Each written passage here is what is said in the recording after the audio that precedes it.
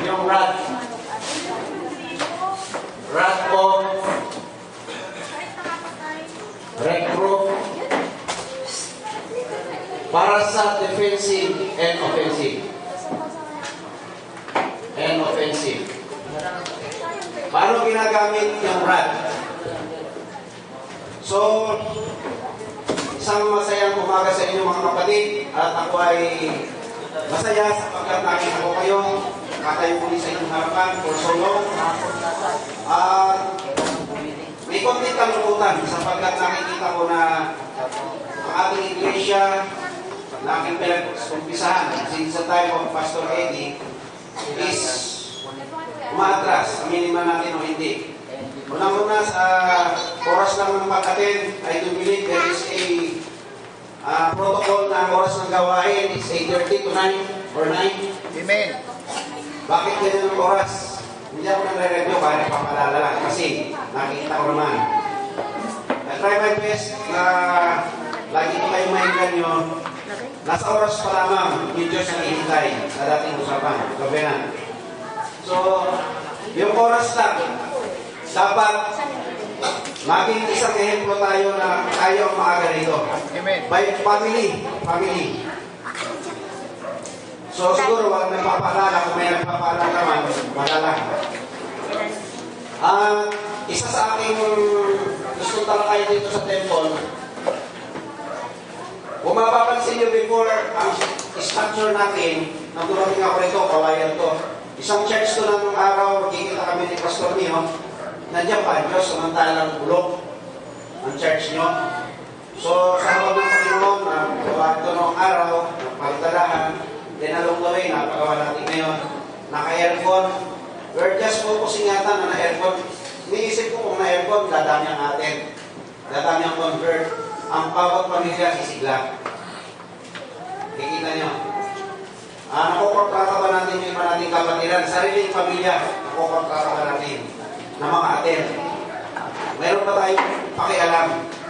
So kung titingnan mo, sa Jerusalem, so, buksan muna natin ang talata natin sa, hindi ko siya masyadong, kasi 30 minutes lang. Magsasite lang ako ng isang sitwasyon.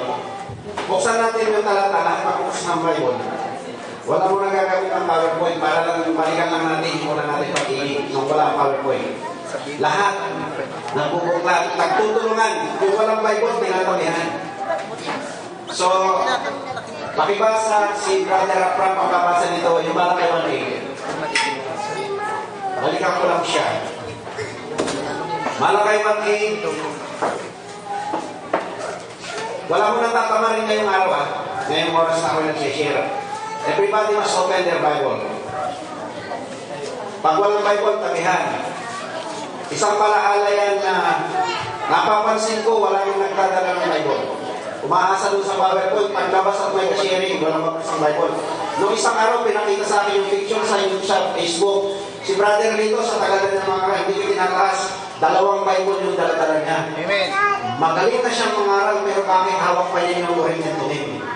Yung mga anak natin, hindi na nagdadala, pansinin niyo yan. Amen. Sino may kasalanan yan? Hindi pastor, tayo mismo magulang. Makikita nyo, nagre-relax tayo. At ito ang gusto kong talakayin. Sa mga newcomer, kaya ko sinasabi ito, bahagi ito ng pagsisisi ko. Ito, ipinipreach ko ito ay alam ng Diyos. Hiningi ko sa Kanya. Gusto kong sabihin that once I was lost, sabi sa Amazing Grace. Naging lumalaban ako sa mensahe, na-deteriorate ang pamilya ko, nakahawa ko sa ibang tao, kailangan ulitin ko to. Gusto kong ipakita sa inyo na lahat tayo nakakahawa simula sa ating asawa, anak, patungo sa kapunta sa congregation. Then nagsisisihan na lang tayo pagdating ng oras. Naghahanap lang tayo ng mali. Mas malaki ang mali ng isang kapatiran, tatakpan natin yung maliit nating kapatiran sa mas malaking mali nila. We don't have to do that. Wait. Hindi kapatiran ng turing yan. Dapat yung mali ng kapatid, hahanapin mo para tulungan mo siya, na matulungan siya doon sa kamalian niya, malaki man yung mali. Amen pa kayo dyan? Amen. Sabihin natin, praise the Lord. Amen. Huwag kayong mahirap mag-praise the Lord sa Panginoon. Praise the Lord. Huwag kayong mahirap pumalakpak kung nabegres ang puso nyo. Amen. Ang blessing na yan, galing sa Kanya. Kung may stirap ka, kahit sa amin, itaas mo kami mo. Amen. Praise God. Malakay pa na Brother Abraham. Malakay mo. Kapag kayo naghandog ng mga bulag na pinagkahari ni kasamaan, at pag kayo naghandog ng pilay at mga sakit ni kasamaan, hihirap mo nga sa iyong mga tagapamahala, alulunod kabagan niya, o tatanggapin bagan niya ang iyong pagkatao, sabi rin pa ng mga Okay, balikan ko lang to ha. Pansinin niyo ang istorya. If you still remember 2009 or 10, pinread si Brother Francis dito ang 7 degrees of Daniel. Ang 7 degrees of Daniel is a mirror image na magaganap sa atin. Bagamat yan ay prophecy sa mga Hud Israel dahil sa katigasan ng ulo niya, salamin iyan sa buhay nating mga Hentil o Kristiyano. Yung katigasan ng ulo nila, may follow ang Diyos na which happening to us right now. Ha? Family of God. May Babylon Empire. Ang sumunod ay Medo-Persia,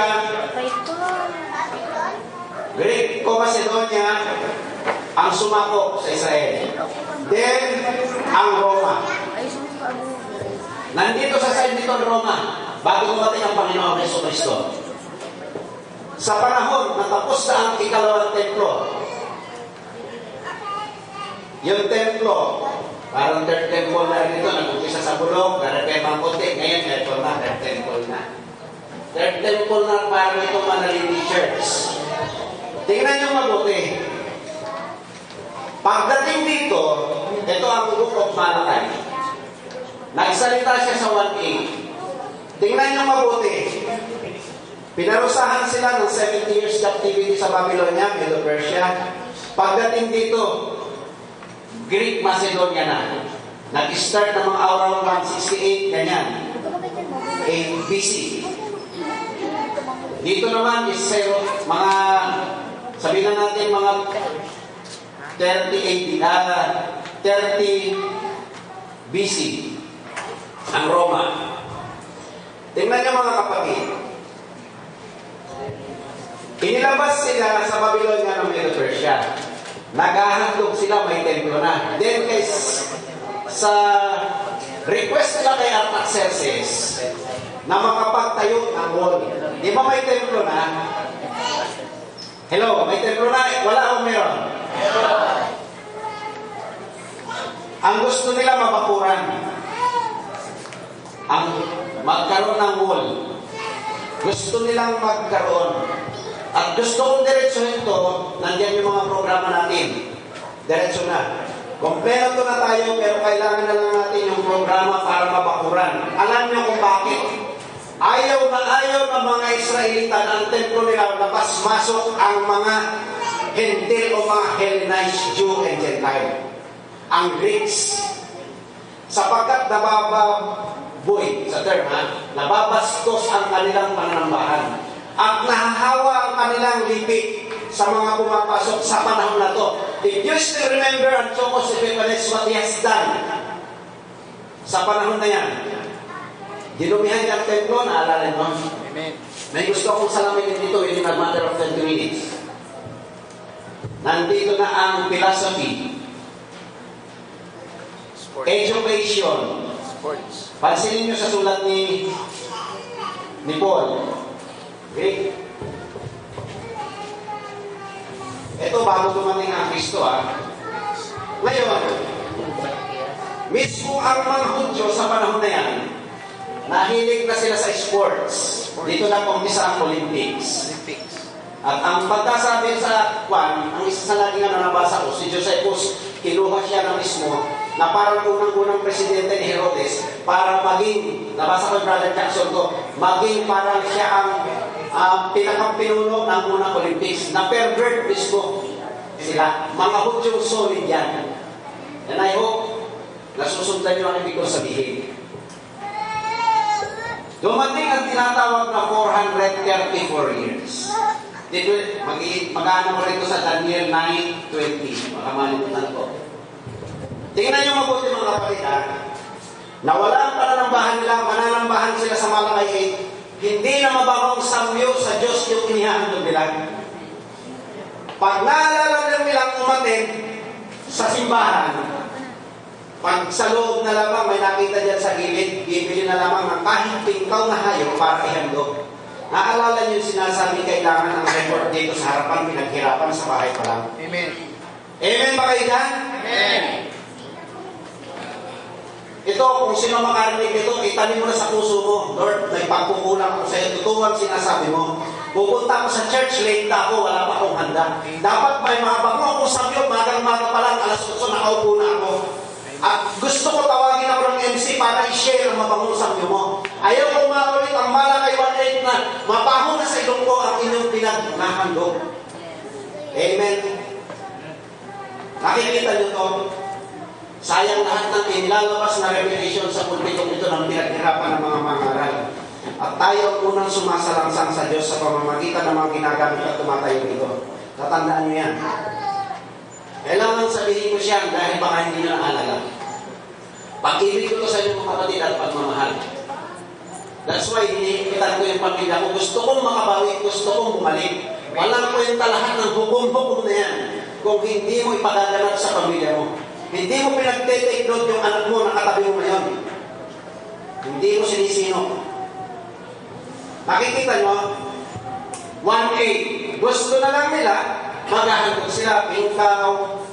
Sana mamaya buksan nyo sa Bible yan. Pinag-aralan ko siya para nag-grip ako nung unang nabasa ko siya. Ganito na pala kami, para makatid lang. Balik na tuloy ko tayo, parang gano'n.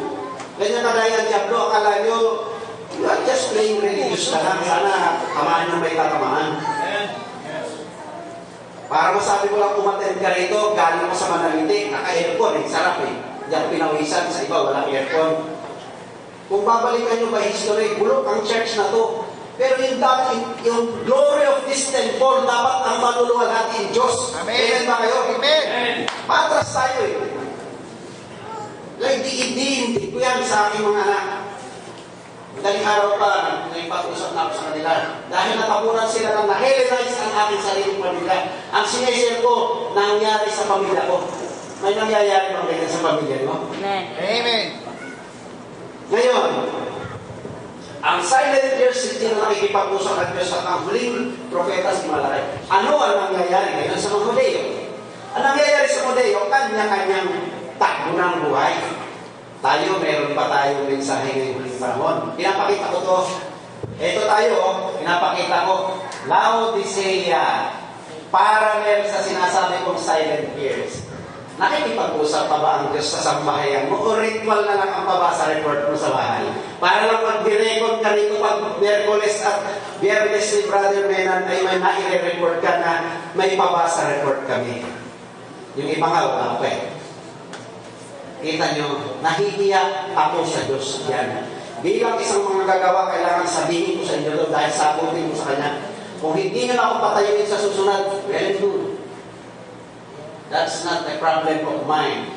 That's God's problem sa inyo. And that's your problem. Nakita nyo? Amen. Tingnan nyo by Hellenization. Na-Hellenize sila. Dito lang ito. Bakit kailangan ng homeschool? Yung Greek philosophy bumabalik dito, ano lang ang USC yan? Nakikita natin ngayon nasa paligid. Yung moda, pananamit, nakapalda pag nandito sa church, pag sa labas, nakashort, nakapantalon. Amen mga yun! Amen. Kita nyo, kung paano tayo na-Hellenize. Wala na, yung magulang, kaya na mag-higpit sa anak niya. Kahit sa loob ng bahay, pagpaldahin yan. Amen.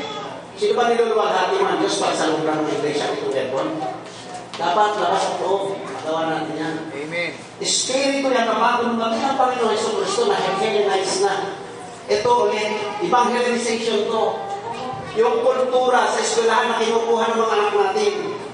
Gusto ko i-prove yan mamaya by this. Sa uling ito. Okay. So, tingnan niyo mga kapatid, kaya ko ito pinofocus. Salamin ito ng pagbalik ng Panginoon sa Diyos ng pagdating niya, babalik siya ulit. Ganito ang kalagayan natin. Huwag na tayong magmaangan, huwag na tayong mag-hipokrito. Totoo may nangyayari sa ating pamilya. Mas lamang pa ang panunood ng television kaysa devotional time. Amen. Tama hindi? Amen. Oh, yes. Dadalaw ako, nag-ibig ako. Inaano ko ng Espiritu Santo kahapon pa, sabi niya sa akin. Wala na yung gana mo na dumalaw. Ako mismo, nakikita ko. Tuwing darat po ang hawak ng mga anak, cellphone. Kasama anak ko rito ha, kaya ano to, siya man bibira ng ano. Makikita sa mga anak natin ang hawak cellphone, magandahan pa Android. Hindi marami sa broadcast. Puro Facebook, nasang liputan ang pinag-aabayan. Ngumiti yung gumagawa niya. Huwag mainis sa amin. Tingnan niyong mabuti ang television sa nagagamit. Naluluwang ating ba Diyos ko, great na naman. Silent years lang sa pamilya. Silensyo na ang Diyos na nangungusap sa bawang pamilya. Ito ipag-repent natin. Amen. Nakikita niyo mga kapatid. Ito ang sinasabi ko, isang pagpapalala. Iikot ako, makikita mo television na nakabukas sa bawat pamilya. Bahay. Extreme lang si Brother Branham, yung paliwanag ng end time kay Brother Branham, na itapon yung TV, lagay sa gitna ng kalsada, punutin ng iba. Hindi, gamitin niya sa tama. Amen. A tree of knowledge of good and evil. Even our body, kita mo, sa LCM, tree of knowledge of good and evil, dahil walang session, walang submission sa LCM. Bara-bara, kita nyo kung anong agriculture. Palit-palit ang asawa. Amen. Bakit? Ano pagkakaiba ng Greek sa panahon natin? Sing. So I hope, hindi ko siya palalawigin. Mararamdaman nyo sa inyong sarili, mga kapatid, gusto kong you look to me straight. Nararamdaman nyo ba ang hiko? Bakit pinaulit ko yung alit kanina? Kahapon habang inaalit dito, isang gitara lamang, walang drum, nag-babies si Brother Francis. Ako ay umiiyak. Umiiyak ang puso ko. Habang na umuusap siya sa awitin. Bless na bless ako sa awitin dahil nagpukwento ang Diyos na umuusap siya habang kumakanta. Uupo ka. Pag nananalangin, nararamdaman mo ba siya, muna mo siya maramdaman. Magsabi ng amen yung nakakaramdam pa sa Panginoon. Amen. Palapakan natin ang Panginoon. Huwag kayong magdagdag sa sinasabi ko. It's a time of healing. Lahat tayo ay wounded ng ating pagsalangsang sa mensahe. Pinuputol natin. Walang tigil. Bakit payat ka na? Hindi ako sa kumatulog. Bakit? Sapagkat maraming nagpapakonseling sa akin na ako lang ang konseling ko sa cellphone. Walang pahinga. Naantay ako. Deteriorated ang buong pamilya sa atin. Wala lang tayo makialam kung totoo may problema ng pamilya natin. Nandiyan lang ang mga manggagawa. Nandiyan lang ang manggagawa natin. Huwag na kayong pagpulang-pulayan, mga kapatid. Panawagan ko ng Diyos. Okay, takbo tayo dito sa isa. Pakibasa nyo ang Daniel 9:20. Si Sister Jaya. Sister Jaya is my favorite through all these years.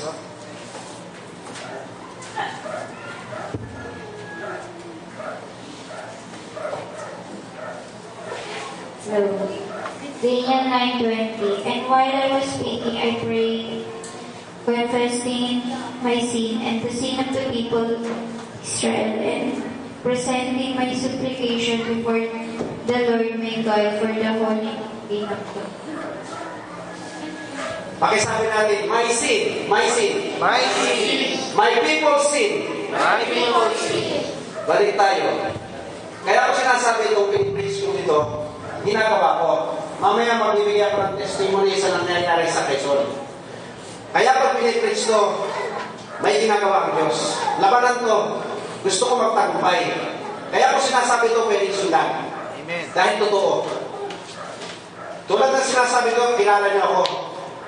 Na-deteriorate ang mga unang mga anak. Kasama yan si Coco. Si Tetan. Kilala niyo ako mag-share. Hindi ako naglilihim. At bahagi ito ng pagsisisi ko na meron na nag-aakusa sa akin, pinagtatakpang ko raw ang anak ko. Anytime sabi ko, kung totoo ang sinasabi niya sa pinatatayuan ko, kahit ako ay kunin at patayin ng Diyos kung may pinagtatakpan. Sapagkat ginagawa ko ngayon, maraming konselor ngayon ang aking mga anak. Kasama si Micah, si Jera, at saka si Chim. At purihin ng Diyos, si Chim ngayon nakakahatak na ng mga nadadala sa church. Wala pa siyang 1 taon sa akin. So, kami 1 taon na. Ngayon, tingnan niyo ang scene. Mayroon tayong programa, tingnan niyo mabuti at least pambata na to. May PDT. Yung PDT, ano na to hindi na ako maglalalim-lalim pa. May CDT, may FDT. Sa CDT, it's so simple. May personal devotional time ang tatay at nanay. Yes. Pero ganito ang gagawin sa bata. And I hope, bakit kailangan katabi mo siya, kailangan itayin mo siya. Sa PDT ng bata, turo ni Pastor Dobby ito, Acts. Adoration, you have to adore God, to confess, to thank God, and to ask a supply. Tapos, ibigay yung booklet. Bigyan siya ng apostolic doctrine. Hello? Amen. Instructional na to Tatakbo tayo dyan mamaya. Makikita nyo rito, yung bata, kahit robot lang, na binabangon mo, may variances siya. Kung sanay gumising, halimbawa, si Allen Sustento, sanay siya ng alas 6 gumising, alas 7 ng umaga. Ituloy-tuloy mo lang siya. In a matter of 2 weeks, pwede mong i-atras ng 6 o'clock ang gising niya para sa PDT. In a matter of another 2 weeks, 5 o'clock. Si Jera, pag ginising ni Ami, Jera, bangon. Alas 3 sa madaling araw, bangon siya. Na-oobliga siya at tinututukan. Matanda na yun, Hindi pa full force. Pag sinabi mag-pray ka, pray kahit robot lang. Along the way, makikita nyo tuloy-tuloy. May nagagawa, bibistahin lang. Nakakapuyat. Pero hindi yan totoo nakakapuyat. Mari-relax ka rin pagdating ng araw. You will sound asleep. Hanggang sa umabot ng 4.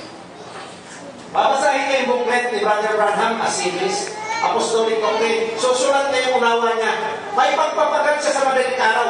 Tinuturo natin to confess na tulad niya yung kanyang kasalanan. Nakikita niyo, unti-unti, hindi yan pusa, nakakausapin siya ng Diyos. Kaya nga tayo magulang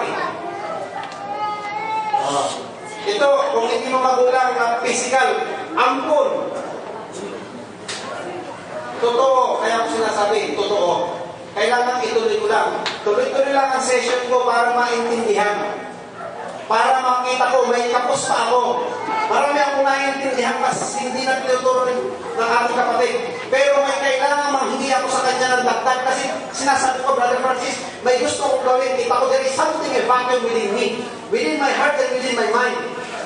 Kulang ka sa session. So, tawa. Alas 11 ng gabi, alas 3, alas 4 ng madaling araw, 5 hours kami nag-uusap. Gising si Ami, naka-loudspeaker, nagte-take note si Ami ng instruction. Amen ba kayo dyan? Amen. Mga kapatid, panawagan ko ng Diyos. Hindi ko sinasabing this will be a last call of God sa inyo. Pero sasabihin ko sa inyo, tumatakbo ang mensahe. Tingnan niyo ang brilliant people, wala nakakasubaybay. Tinitingnan ko kung sino. 3 weeks pa lang ako sumasali. Nag-iiba ang face. Masaya ba kayo dahil aircon na to sa church namin? Paano yung spiritual na blessing ng Diyos? Hindi kayo napapasali. Amen. Becoming a church goer. Amen ba kayo dyan? Amen. Hindi ako naninisi. Tandaan nyo Pinapakita ko lang yung spiritong nagaganap at ito'y pagsisihan natin. Being an individual, being a family man, and being a minister of God. Tatapos ko, ang apektado rito, pag humina ang anak mo, pati ikaw, apektado batang yan, hanggang sa masakit ng ulo mo, ayaw ko na. Bahala na.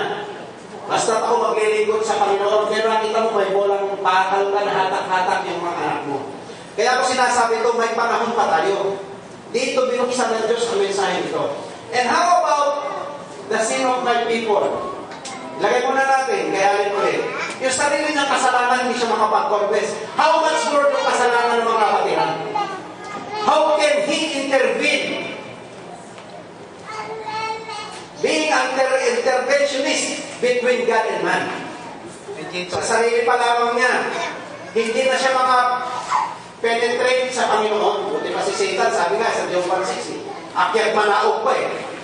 Tayo hindi makapag-akyat manaog. I-robot natin, mga kapatid. I hope may workshop dito na pwedeng gawin in Merkules. Kung ano yung problema mo, upo ka lang. Tiyaga ka lang. Just like Ruth.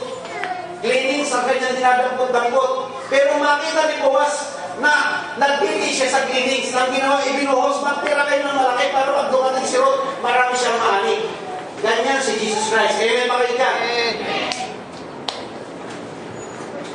Ito apostolic doctrine, kahit hindi niya kabisado, hindi niya kaya i-preach. Basahin lang niya, may anointing. Okay. Mahirap pinatupa. So, papansinin nyo, ano yung sin of my people? Papansinin nyo, ha? Bata pa bata pa nang nasa Babylonia, kasama si Jeremiah. Si Daniel. Ano kaya ang ugali na itanim kay Daniel at maski nasa Hellas, nasa Babylonia na siya, lugar ng mga hentil, masama ang relihiyon, maraming Diyos-Diyosan, nanatili ang pananalangin niya by history. Alam niyo, kahit yung Jehovah's Witness, master yan sa libro nila, kumaharap sa Jerusalem, nananalangin, binabantayan si Daniel na magkamali at isinumbong kay Nabucodonosor para mapugutan ng liig. Wala namang pupugot sa inyo ng liig kung gigisingin niya yung anak niya ng madaling araw. Para masanay na katulad ni Daniel na nagpe-pray. Normal na niyang ginagawa ang mag-pray. Kaya maski dalhin mo sa sanlibutan, mag-eskwela, magtrabaho. Tapos sa dedication ng aking apo, alam ng Diyos yan, wala akong planong pupunta rito, pero ramdam ko, kailangan suportahan ko. Amen. That's why I rebuke yung manugang ko, naglulungkwan siya. Sabi ko, magsisi ka. Hindi kita laging manugang para ganyan lang. Mayroon akong plano at tumulong ka sa plano niya sa Diyos. Kabutihan niya. Masama ba yung sinabi ko na manugang ko, di ko naman. Yung anak ko, pwede kong sabihan. Kaya na ko yan, independent na yan. Sa Diyos to, amen ba kayo? Amen. Hindi independent. Pag nagloko ba yung bata, independent, nagigilip ka rin. Pag sa mabuti, masaya ka rin naman. Gawin na natin yung sa mabuti lahat. Sundin lang natin yung Diyos. So, tingnan niyo mabuti si Daniel. 68. Sabi ng prophet nga rito, 68 na years. Ang pangako kay Jeremiah is 70 leaves from noon. Paano mo kabayan ko? Gigil na gigil siya. Kaya mapapansin nyo, yung dumadayo ng dayo rito, na mga anak na papunta, kahapon ay try dalaga, na mag-record, sila Oyang, sama sila Gaya, walang gana. Ipinagsisisi ko ito sa Panginoon. Sinabi ko kay Alan at sinabi ko kay Berna, ang utang nyo, bayaran nyo na. Linggo-linggo, kahit umabsent ka, dumayo ka ng bahay. Kasi ang dayo ninyo, wala na yung ang habol, sin of my people. Amen. Drama na lamang na kunwari nag-visitation para palustan yung magulang para bigyan ng bagong cellphone. Bigyan ng malaking baon at load. Nakita nyo? Totoo yan. Amen. Para lang masabi na dumayo ng nirecord. Walang kwenta lahat yun. Kailangan, pakibasa na lang muna. At ako na, sabihin ko na, Revelation 1:3. Mapalad ang bumabasa at nakikinig at tumutupad sa mga Ula. ano na? Bagay na Bagay na susulat sa hula. Sapagkat ang panahon ay malapit na. Nakikita nyo, sa may mga trabaho, hindi totoo na hindi mo kaya. Sa may trabaho, pasensyon ka, aspereya, para ang kasalanan mo. At yung day off mo, magbigay ka ng kahit kalahating araw man lang sa isang gawain. Iaasa nyo kay Pastor Robby. Amen. Hindi nyo naman siya kayang suportahan na mabuhay ang pamilya niya bilang pastor dito eh. Sasabihin ko sa inyo, totoo yan. Ako hindi ako nangungwersa ng pera. Pero siya, napapagod din siya. Minsan pagtatrabaho nito, walang tumutulong. Pagkain pa nila, alanganin. Ang dali-dali lang sumuporta, isang pamilya, tulungan siya rito, tapos gano'n. O bukas na sa susunod na araw, ganito na naman. Ibang pamilya na naman ang tutulong. Lalo na dito sa spiritual. May tumayo, may isang anak. Kaya ito, i-rigid ko tuloy-tuloy. Yan, nandiyan ang aking anak. Bantayan niyo si Coco. Isumbong niyo sa akin kung hindi niya gagawin. Bibigyan siya ng assignment with arrangement kay Brother Menan. Bibigyan siya ng assignment na within a week, mayroon siyang araw na mag-schedule para mag-visitation. Gusto kong maging bahagi siya na ang sin of my people ay makalinis siya, makatulong. Amen ba? Amen. Kahit man lang sa prayer sa madaling araw. Yes. Sino rito? Taas ang kamay na nag-pray para sa mga kapatiran. Taas ang kamay. Amen. Kita nyo, wala na. Baka sarili mong kapatid, di mo na makipag-pray. Baka sarili mo, di na nakipag-pray. Pagbukas mo ng umaga, yung parang yung cellphone na binigay sa'yo, nandun ka agad. Buti sana kung Berean people of progressive revelation ang binuksan mo eh. Huh? Ganito ko mag-praise kahit doon. Amen. Walang naalis na tao. Natutuwa, nagpapasession pa, may kulang pala kami pastor. Amen. So I hope nakikita nyo. Ano ang pagiging interventionist natin? Kailangan may pundar. At dito unti-unti mabubura yung naganap sa silent years ng pamilya natin. Nakulang-kulang, mamili natin o hindi. Nakukulang-kulang ng makasangliputang bagay na unahan na ng kaaway ang ating mga anak. Hello? Amen. Sabi natin, praise the Lord. Praise the Lord. Ito, pagalingan ng pagalingan ng pamahalan ng vision. The last time nga si Kokong in-enroll. Next year, si Oyang, homeschool na. Lahat ng anak ko yung homeschool na. Homeschool ko yan. Dapagkat eskwelahan ang gumagawa, walang tamang programang eskwelahan. Kitang-kita ko. Isa-share ko sa inyo ng mabilis mo yan. Okay, balik tayo. Aalis na ako rito. Aalisin natin yung pagka-Hellenize sa mga anak natin. Magpa-session tayo para maging bahagi. Hindi na yung magawa nila ito. Magawa nila maging interventionist sila. Ang nangyayari tuloy, sugatan ang ating mga anak. Paano yan magiging katulong? Kung sa sundalo, sa halip na magamit sa gera, may taling ispa. Bit mo yung anak mo dahil puro problema na. Sa halip na magamit para labanan ng kaaway, pinoprotektahan mo pa yung anak mo para kasi tatamaan palalo ng kaaway. Aatake tayo. Amen? Amen. Huwag yung gawing isipin na bagamat masakit to, mas gusto kong nasasaktan ako. Alam mo, kung paulit-ulit lamang yung pananalita ni Brother Francis, kaamon lang, may mga binuksan na naman siya, paano na-deteriorate yung pamilya ko. Kunin mo yung leksyon, sayang. May anak ka pa, may ako ka pa. Oo. Nasasaktan ako pero kailangan tanggapin ko, totoo. Yung iba yung magpa-session dahil pag binubuksan pa lang yung kanyang masakit, ayaw na niya. Hindi ka gagalingan, kapatid. Yung kayo nag-do-by your own. Otherwise, ikaw yung may malalim ng revelation. Pwede naman pagkanin. May burden is like, di ba? May yoke is easy and may burden is easy. May yoke is like ba o may burden is like? May yoke is easy. Is easy. Nakita nyo, sa hukom, pwede ka atras ng konti. O, ganito lang muna, bawas. May kapatiran nga, hindi ko kaya yan. O, dito muna, yung kaya mo lang muna, at least meron, kung baga sa gamot, may sakit, huwag naman lang ng gamot kahit hindi mabili lahat ng nakareseta.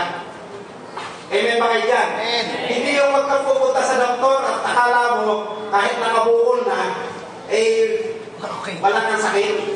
Ihintay mo sumabog. Dito, ang kaya ko lang bilhin, ang pera ko 500 lang, ang gamot 1,000. O, dyan bilhin mo na 500, kaya paano may ininom ang gamot? Ganun din sa hukom. Amen. Kung ano yung kaya mo, yun muna. Amen. May flexibility. Yes. Amen ba kayo dyan? Amen. Darating ang araw, makabalik tatandaan nyo. Magiging hukom din kayo. May darating ang enkwentro kung gusto nyo magpagamit, magpapakonseling. Pansin ninyo ang Berean people, ina-observe ako. Marami silang pumapasok na magaling sa doktrina. Marami akong kausap ngayon sa bukid time malalim sa doktrinahan. Nung binubuksan ko na ang LCM at PDA, atras na. Ayaw na. Are we just like them? Gusto lang natin malalim na doktrina. Minsan nga wala pang alam sa doktrina. Pero pag binubuksan na yung medyo masakit-sakit na tungkol sa mga anak at sa asawa, ay, wag mo akong pakikialaman. Nakita nyo? So dito makikita nyo, just like a pyramid. Maski dito sa ministry natin, makikita nyo, pag binubuksan na yung hukom, particular ang LCM at PDA, aayawan nyo na sa dulo. Nakita nyo? Meron dito nag-text sa akin, Pastor, paano ba to? Sabi niya sa akin, yung magsabi kami sa iyo pag may problema na kami. Buhay namin magkasawa to, kayo nag-text umaga, maghihiwalay na sila. Di ba sabi niyo sa akin, hindi, Kristiyano ka naman kayo. Hindi niyo ako kailangan ng Diyos at yung payo ko, ano gagawin niyo? Sawa na ako sa asawa ko, sawa na rin siya sa akin. Ano, Kristiyano yan. Kita niyo? Pero pag doktrina, ako sawa. Pagdating dito sa pantik ito, don't ever touch my family. Don't ever touch my wife or my husband. Anong Nicolaitanisin yan? Mas malalim doon sa hindi nakakaalam. Amen pala yan. Amen. Takbo tayo dito sa defensive. Pakibasa ang 30:24 ng Proverbs at saka 22:15 ng Proverbs. Dito ko tatapusin. And I hope Amen. walang ganitong mensahe sa ibang mensahe na tayo. Isineshare ko kay Jake Puho to. Alam mo, it's great. Kanya gano'n. Great. Sabi ko, great ang tingin mo ha. Pag ikaw ay tinuturuan na, talagang lawan mo. Okay, sige. Pakibasa. Ang babasa ay si sister kapatid niya. Sister Ann. I don't know her name. I forgot. Sister Abby. 13:24 and the other is kay Kokong 22:15. Proverbs 13:24. Those who spare their rod of discipline hate their children. Those who love their children care not to discipline them. Okay, pakibasa 22:15. Magbibigay ako ng tatlong kategorya nito. Right.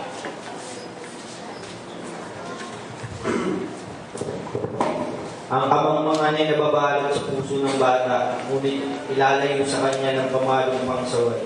Amen. Sabi natin, pamalong pangsaway. Pamalong pansaway.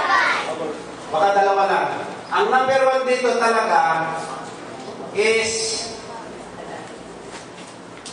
rod talaga o reproof. Rod of reproof.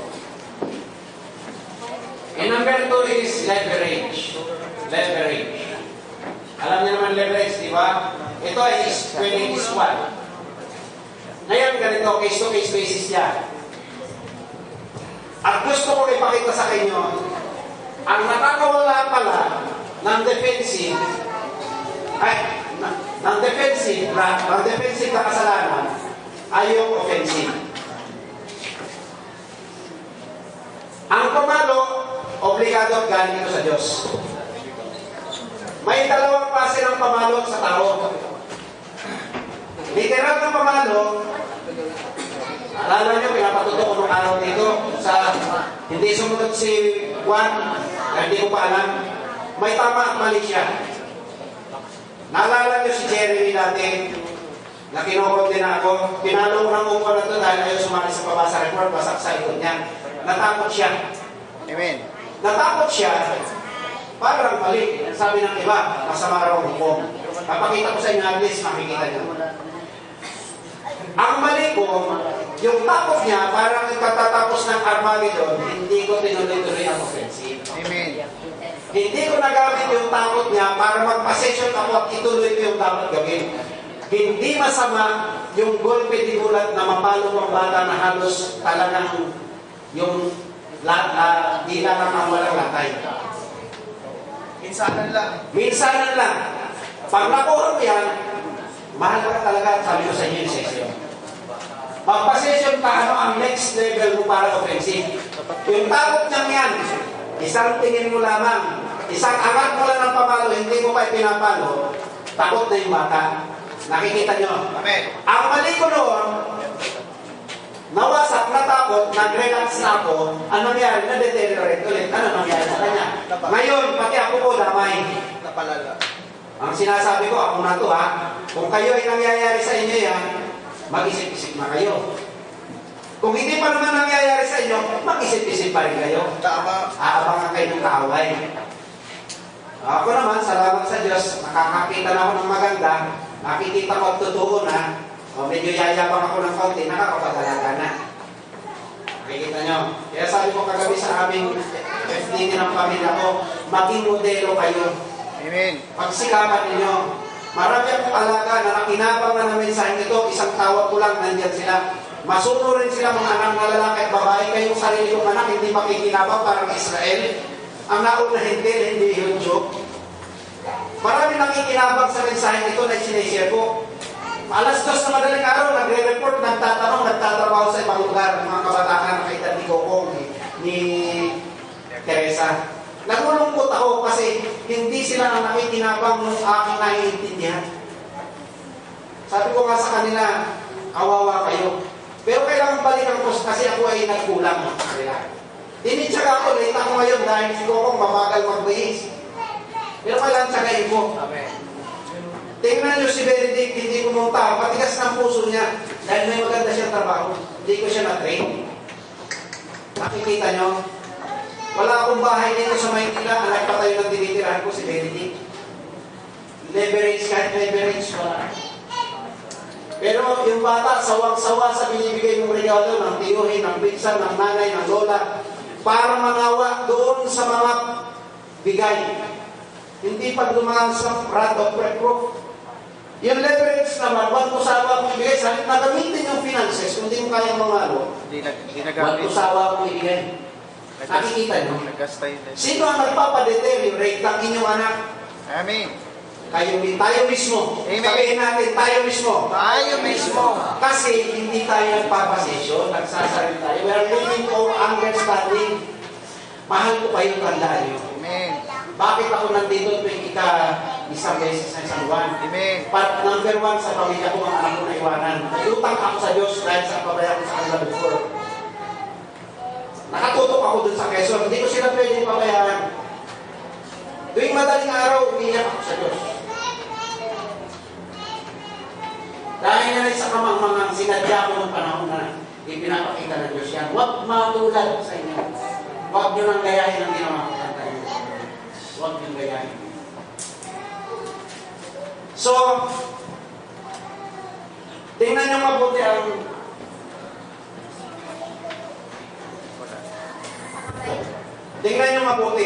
yung rod of proof gagamitin nyo sa offensive.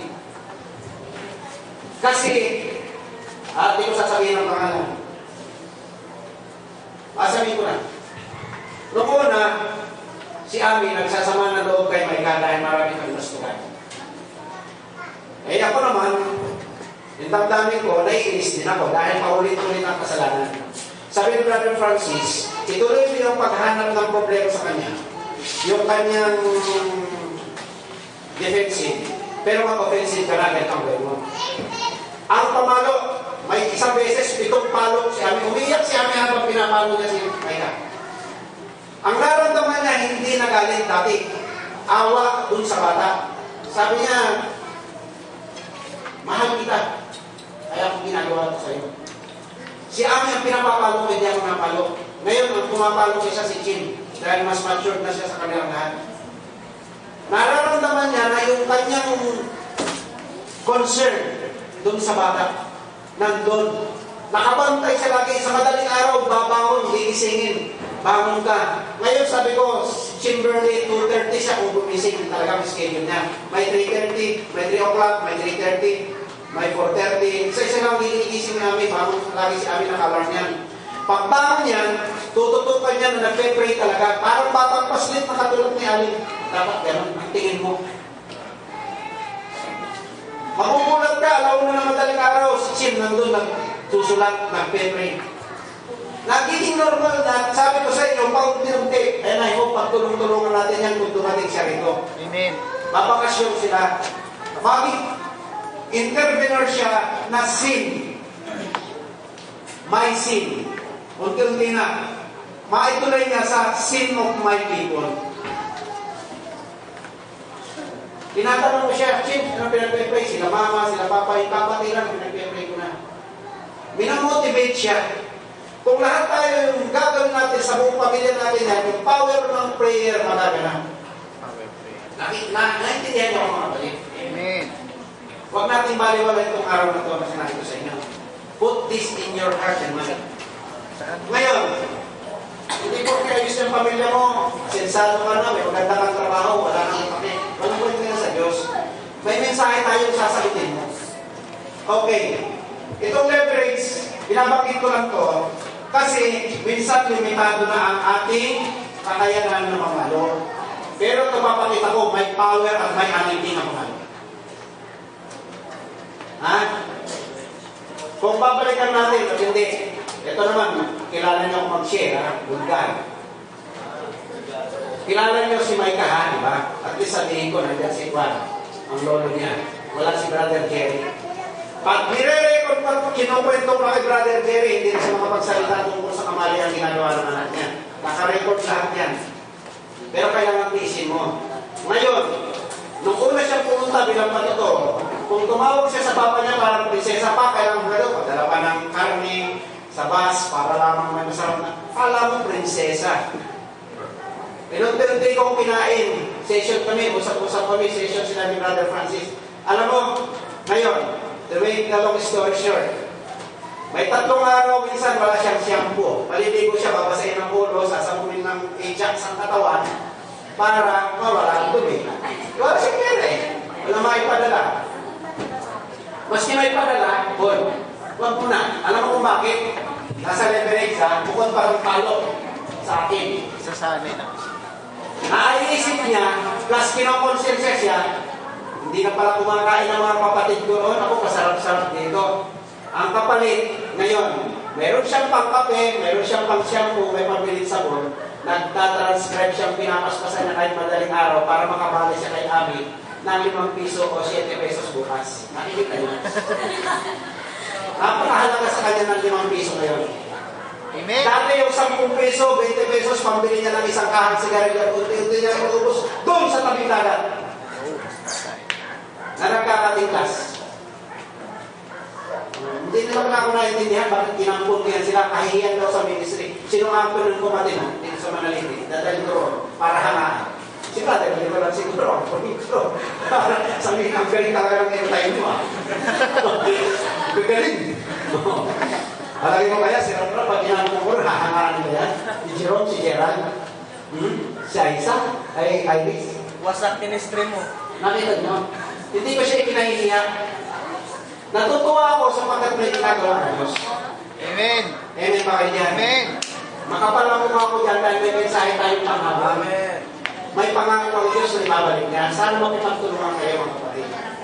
Nakikita niyo, si Micah, kita tumatayo sa church ngayon. Hindi pa siya 100%, 6 months pa lang siya.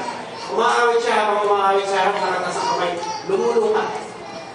Pero nakukuha pa siya ng kaaway pag minsan, nadadaya. Pantayan. Huwag lalabas ng compound yan sa isang araw. Sa school, ito, punta na tayo sa school pala. Malimutan ko. Alam mo bang siya ang pinakamagaling ngayon sa eskwelahan na si Micah? Grabe, ano? Ha? Amen. Siya ang pinakamagaling. Kaya mas hindi siya pumasok mga isang linggo, pasusundo pa siya ng teacher. Ha? Kasi mag-exam na. Hindi totoo yung papasokin mo araw-araw. Maniwala kayo sa kinukuha ito. Amen. Ang lahat ng anak ko panlaban sa quiz week. Wow. Sa history ng yabang ng konti. Para naman magkano kayo ng mahal ko kayo tanda niyo mga kapatid. Gusto ko mag-umpisa kayong magmahal sa mensahe. Alam niyo ba, sa history ng Manghero, simula, wala bang nailaban ng division ng Quiz-Week? Si Bima pala ngayon, lalaban na naman kami si Yeli. Wow. Bakit di ko rin sinusuportahan? Hindi lang nila sabihin, mas spiritual din nila, kaya gumagaling yun. Dahil sa mga pagtuturo ng bukog. Amen. Amen pa kayan. Amen. Alam mo, si Sister Jera, sa ako na ito siguro kung mapag-preach ako, may hindi ko lang tanisip ako sa puso eh, na nabibisto ni Brother Francis. Huli niya ako eh.